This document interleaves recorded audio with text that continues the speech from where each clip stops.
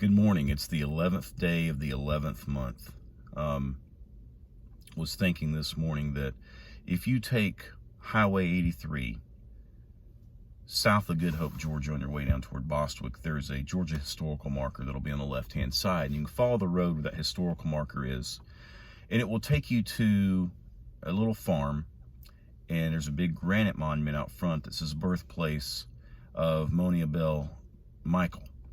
And she was a teacher at the state normal school in Athens, and toward the conclusion of World War I, she left and took a leave of absence to serve in the overseas effort in New York City. And while there, had a chance to review and see an illustrated version of Colonel McRae's poem, commonly known as Flanders Fields. And you probably know the line, "In Flanders Fields where poppies grow."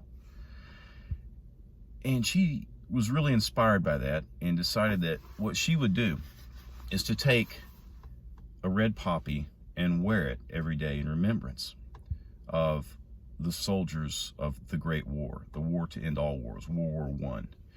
And she then took that to the next step and began making silk poppies and selling those as a means to help fund sort of what would have been a precursor to VA benefits for these World War I veterans. And that took off. 2 years later, the American Legion adopted that red poppy effort, and now you can commonly see it. It's especially prevalent across Europe. You'll see that red poppies are sold on this, especially on this day, for wearing to recognize the veterans that originally was a recognition of the Great War.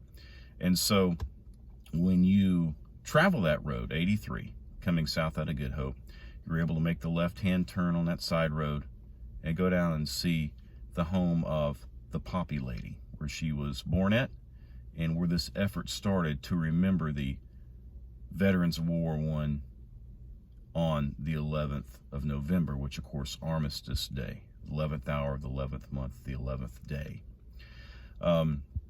The sign is labeled the Poppy Lady because that's how she became known. Really neat remembrance that's tied to Georgia and our tradition and history. So on this Veterans Day, hope you take a few minutes to remember our veterans. I want to say thank you to my cousin Michael, USAF, my brother-in-law Travis, that serves and still actively in the reserves, the U.S. Navy, and to the many generations of my family who are veterans. A number of my grandparents' generations served.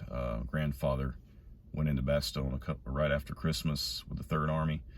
A couple of generations before then, cousin Caspar in the Spanish-American War, great-grandfather in World War I, one of the FARs, and going all the way back in the war that tore this country apart, the 1860s. Members of my own family from Gwinnett County enlisted on opposite sides and fought against each other.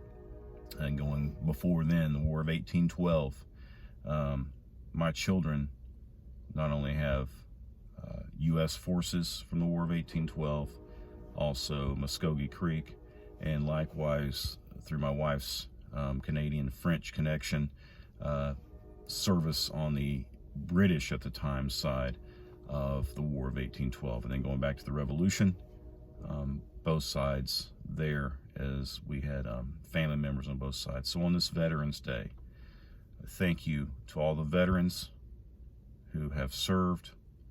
We appreciate your efforts. Thank you for everything you've done for this nation, and I hope that everyone remembers this Armistice Day, this Veterans Day, the 11th hour, 11th day of the 11th month. Thanks.